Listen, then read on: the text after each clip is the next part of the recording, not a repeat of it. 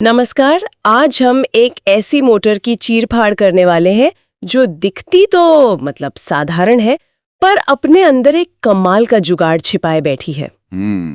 इसका नाम है CSCR मोटर, यानी capacitor start and capacitor run motor. बिल्कुल। और ये उन मशीनों की जान है जिन्हें चालू होने में बहुत जोर लगता है, जैसे हमारे घर का AC या पानी का पंप। बिल्कुल, ये रोजमर्रा की जिंदगी का एक गुमनाम हीरो है, कह सकते हैं। हम बटन दबाते हैं, AC चल पड़ता है, लेकिन उसके पीछे की इस इंजीनियरिंग को हम अक्सर नजरअंदाज कर देते हैं। सही बात है। और इस विषय को गहराई से समझने के लिए हमारे पास गवर्नमेंट ITI फागे जयपुर की एक बेहतरीन प्रस्तुति है। अच्छा। आज हमारा मिशन इसी के जरिए ये पता लगाना है कि इस मोटर में ऐसा क्या खास है। जब मैंने पहली बार इसके बारे में पढ़ा तो मेरे दिमाग में सबसे पहली बात यही आई कि आखिर इसमें दो कैपेसिटर की क्या जरूरत है। हाँ, ये सवाल तो आता है। एक से काम क्यों नहीं चल सकता? ये कुछ ज्यादा नहीं हो गया? ये सवाल ही इस पूरी चर्चा का केंद्र है। देखिए, ये सिर्फ एक मोटर नहीं है, ये एक बहुत ही मुश्किल समस्या का बहुत ही चतुर समाधान है। मुश्किल समस्या? हाँ, समस्या ये है कि हमारे घरों में जो सिंगल फेज बिजली आती है ना, हाँ। वो थोड़े आलसी होती है। आलसी? मतलब वो अपने आप किसी मोटर को घुमा नहीं सकती। हाँ। और यहीं पर CSCR मोटर का डिजाइन काम आता है। ये मोटर उस आलसी बिजली को काम पर लगाती है और दो सबसे बड़े फायदे देती है। क्या है वो? पहला, शुरू होने की जबरदस्त ताकत, जिसे हम हाई स्टार्टिंग टॉर्क कहते हैं। और दूसरा, एक बार चल पड़ने के बाद बहुत ही किफायती तरीके से चलना, यानी बेहतरीन running efficiency. Best of both worlds जैसा कुछ। तो चलिए इसके पुर्जे खोलकर देखते हैं। जरूर। स्रोत के मुताबिक इसके मुख्य हिस्से हैं स्टेटर, रोटर, वो दो कैपेसिटर्स और एक सेंट्रीफ्यूगल स्विच। इसमें एक नाम मुझे बड़ा मजेदार लगा, स्क्विरल केज रोटर। हाँ। गिलहरी पिंजरा रोटर। ये नाम कहाँ से आया? हाँ, ये नाम इसकी बनावट से ही आया है। ये मोटर का घूमने वाला हिस्सा है। अगर आप इसके ऊपर की परतें हटा दें तो अंदर एल्यूमिनियम या कॉपर की छड़ों का एक ढांचा दिखेगा। अच्छा। जो दोनों तरफ से रिंग से जुड़ा होता है। ये ढांचा हूबहू वैसा ही दिखता है जैसा पुराने जमाने में गिलहरियों के दौड़ने के लिए गोल पिंजरा होता था। ओहो, वो जो घूमता रहता है। बिल्कुल।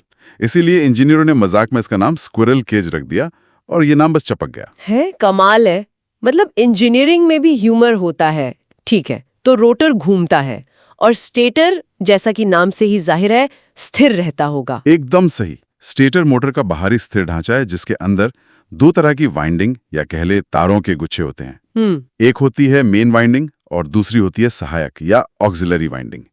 अब असली खेल शुरू होता है कैपेसिटर के साथ। हाँ, आते हैं मेरे मूल सवाल पर, दो कैपेसिटर क्यों? और स्रोत कहता है कि एक स्टार्टिंग कैपेसिटर का वैल्यू ज्यादा है और रनिंग कैपेसिटर का कम। ऐसा क्यों है? ये तो ऐसा हुआ जैसे एक ही गाड़ी में दो अलग अलग ताकत के इंजन लगा दिए हों। आपकी उपमा काफी हद तक सही है।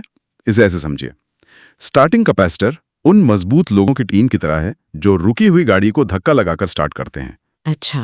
आपको शुरुआत में बहुत ज्यादा ताकत चाहिए, इसलिए स्टार्टिंग कैपेसिटर का वैल्यू ज्यादा होता है ताकि वो मोटर को एक जोरदार शुरुआती झटका दे सके। लेकिन एक बार गाड़ी चल पड़ी तो आपको धक्का मारने वालों की जरूरत नहीं है। बिल्कुल। तब आपको एक अच्छा एफिशिएंट इंजन चाहिए जो कम पेट्रोल में गाड़ी को आराम से चलाता रहे। एकदम सही। और वही काम करता है कम वैल्यू वाला रनिंग कैपेसिटर। वो मोटर के चलने के बाद उसे स्मूथ, शांत और बिजली के लिहाज से बहुत एफिशिएंट बनाए रखता है। तो एक है स्प्रिंटर और दूसरा है मैराथन रनर। और इन दोनों के बीच तालमेल कौन बिठाता है? यहीं पर उस सेंट्रीफ्यूगल स्विच का रोल आता होगा। स्रोत के हिसाब से वो एक तरह का ऑटोमेटिक मैनेजर है। हाँ, वो एक बहुत स्मार्ट मैनेजर है जो स्पीड पर नजर रखता है। ये स्विच मोटर की शाफ्ट पर लगा होता है। जब मोटर अपनी पूरी रफ्तार का लगभग 75 से 80% पकड़ लेती है तो घूमने की वजह से एक फोर्स पैदा होती है जो चीजों को बाहर की तरफ फेंकती है, जैसे गोल घूमने वाले झूले में होता है। बिल्कुल ठीक वैसे ही। इसी खिंचाव को सेंट्रीफ्यूगल फोर्स कहते हैं। यही बल उस स्विच को खोल देता है और वो धक्का लगाने वाली टीम यानी स्टार्टिंग कैपेसिटर को सर्किट से बाहर कर देता है। एक मिनट, अगर ये मैनेजर काम करते करते सो जाए तो? मतलब अगर ये स्विच खराब हो जाए और खुले ही नहीं, तब क्या होगा? क्या मोटर को कोई नुकसान हो सकता है? बहुत अच्छा सवाल पूछा आपने, और ये एक आम समस्या भी है। अच्छा। अगर स्विच फंसा रह गया और नहीं खुला तो स्टार्टिंग कैपेसिटर, जो सिर्फ कुछ सेकंड्स के लिए काम करने के लिए बना है, वो लगातार सर्किट में रहेगा। तो इससे वो बहुत ज्यादा गर्म हो जाएगा और कुछ ही मिनटों में जल सकता है, जैसे कोई बल्ब फ्यूज हो जाता है। और उसके साथ साथ मोटर की वाइंडिंग को भी नुकसान पहुंच सकता है। ओहो। तो ये स्विच सिर्फ मैनेजर ही नहीं, एक सेफ्टी गार्ड भी है। अच्छा, तो ये स्विच एक तरह का ऑटोमेटिक गियर शिफ्ट है जो मोटर को स्टार्टिंग मोड से रनिंग मोड में डाल देता है। बिल्कुल। ठीक है, अब हमारे पास सारे पुर्जे हैं और हमें उनका काम भी पता है। अब इन्हें जोड़ते हैं। स्रोत में फेज शिफ्ट और रोटेटिंग मैग्नेटिक फील्ड जैसे भारी भरकम शब्दों का इस्तेमाल हुआ है। ये सुनने में किसी फिजिक्स के लेक्चर जैसा लगता है। आसान भाषा में इसका क्या मतलब है? चलिए इसे आसान बनाते हैं। जैसा मैंने कहा, सिंगल फेज सप्लाई से जो चुंबकीय क्षेत्र बनता है वो घूमने के बजाय एक ही जगह पर धक धक करता है, जिसे हम पल्सेटिंग फील्ड कहते हैं। बिल्कुल, पल्सेटिंग। ये रोटर को सिर्फ कंपा सकता है, घुमा नहीं सकता। अब यहाँ कैपेसिटर अपना जादू दिखाते हैं। कैसे? वे सहायक वाइंडिंग में जाने वाले करंट के रास्ते में एक रुकावट पैदा करते हैं। एक मिनट, रुकावट से आपका मतलब है कि आप करंट के बहाव में एक तरह की देरी पैदा कर रहे हैं? हाँ, कह सकते हैं। जैसे दो लोग एक ही दरवाजे से निकलने की कोशिश कर रहे हो तो आप एक को थोड़ा रोक लेते हैं ताकि दूसरा पहले निकल जाए और एक 1-2 का क्रम बन जाए। क्या बात है, इससे बेहतरीन उपमा हो ही नहीं सकती। बिल्कुल यही होता है। अच्छा, इस देरी को ही हम फेज शिफ्ट कहते हैं। मेन वाइंडिंग का करंट पहले पहुंचता है और कैपेसिटर की वजह से सहायक वाइंडिंग का करंट थोड़ी देर बाद। इस 1-2 पंच की वजह से वो धक धक करने वाला चुंबकीय क्षेत्र एक घूमने वाले चुंबकीय क्षेत्र में बदल जाता है। ये एक अदृश्य हाथ की तरह बन जाता है जो रोटर को पकड़कर घुमाना शुरू कर देता है। और क्योंकि शुरुआत में 2-2 कैपेसिटर काम कर रहे होते हैं तो ये 1-2 पंच और भी ज्यादा मजबूत होता होगा। एकदम सही, इसीलिए शुरुआती टॉर्क इतना जबरदस्त होता है। ठीक है, तो अब अगर हम स्रोत के हिसाब से इसके चलने की पूरी प्रक्रिया को देखें तो वो एक रॉकेट लॉन्च की तरह 4 चरणों में होती है। 4 चरण। पहला, स्टार्ट। बटन दबाते ही दोनों कैपेसिटर मिलकर एक बहुत शक्तिशाली घूमने वाला चुंबकीय क्षेत्र बनाते हैं। मोटर को अपनी जिंदगी का सबसे जोरदार धक्का मिलता है। ठीक है। दूसरा, गति पकड़ना। इस हाई टॉर्क की वजह से मोटर एक भारी लोड के बावजूद तेजी से रफ्तार पकड़ती है। तीसरा, स्विच का काम। जैसे ही स्पीड 75% के पार होती है, सेंट्रीफ्यूगल स्विच खुल जाता है और स्टार्टिंग कैपेसिटर को अलविदा कह देता है। ओके, और चौथा? और चौथा, निरंतर चलना। अब मोटर सिर्फ रनिंग कैपेसिटर के सहारे एक मैराथन धावक की तरह आराम से और पूरी एफिशिएंसी के साथ चलती रहती है। अब ये पूरी कहानी साफ हो गई है। तो हमने समझ लिया कि ये मोटर चालू कैसे होती है और चलती कैसे है, लेकिन एक बार चल पड़ी तो इसका बर्ताव कैसा रहता है? क्या ये शुरुआत की तरह ही शक्तिशाली बनी रहती है? स्रोत में ग्राफ है जो इसकी पूरी कहानी बताता है। मैंने देखा कि इसमें शुरुआती टॉर्क 300% से भी ज्यादा दिखाया गया है। ये कैसे मुमकिन है? हाँ, वो ग्राफ इस मोटर की पूरी जीवनी है, समझिए। उसमें 2 वक्र या रेखाएं हैं, एक लाल और एक नीली। हाँ, मैंने देखी। लाल रेखा इसकी तूफानी शुरुआत को दिखाती है। आप देख सकती हैं कि शून्य गति पर भी टॉर्क अपनी सामान्य क्षमता से 3 गुना ज्यादा है। 3 गुना? हाँ, ये कोई मामूली बात नहीं है। ये असल में वो इंजीनियरिंग हैक है जिसकी हम बात कर रहे थे। कुछ पलों के लिए ये मोटर एक साधारण सिंगल फेज मोटर होने का नाटक छोड़कर एक बहुत शक्तिशाली 3 फेज मोटर की तरह व्यवहार करती है। और नीली रेखा फिर क्या है? उसका शांत और स्थिर जीवन। बिल्कुल, जैसे ही स्विच खुलता है, मोटर लाल रेखा वाले रास्ते को छोड़कर नीली रेखा वाले रास्ते पर आ जाती है। ये रास्ता ज्यादा स्मूथ और स्थिर है। ये मोटर की रनिंग अवस्था है, जहां ताकत से ज्यादा महत्व एफिशिएंसी और स्थिरता का है। ग्राफ में जहां स्विच ओपन्स लिखा है, वो इस मोटर की जिंदगी का टर्निंग पॉइंट है, जहां ये एक स्प्रिंटर से मैराथन धावक बन जाती है। बिल्कुल सही कहा। ये कमाल की जानकारी है। ये सिर्फ एक मोटर नहीं, ये जरूरत के हिसाब से अपना रूप बदलने वाली एक स्मार्ट मशीन है। सही। ठीक है, ये टेक्नोलॉजी तो बहुत शानदार है, लेकिन हर सुपर पावर की कोई ना कोई कमजोरी होती है। स्रोत में इसके नुकसान भी बताए गए हैं, ज्यादा लागत और जटिल सर्किट। बिल्कुल। ये तो समझ आता है, जितने ज्यादा पुर्जे उतनी ज्यादा कीमत और उलझन। लेकिन एक आम यूजर के नजरिए से इसमें सबसे ज्यादा क्या खराब होता है?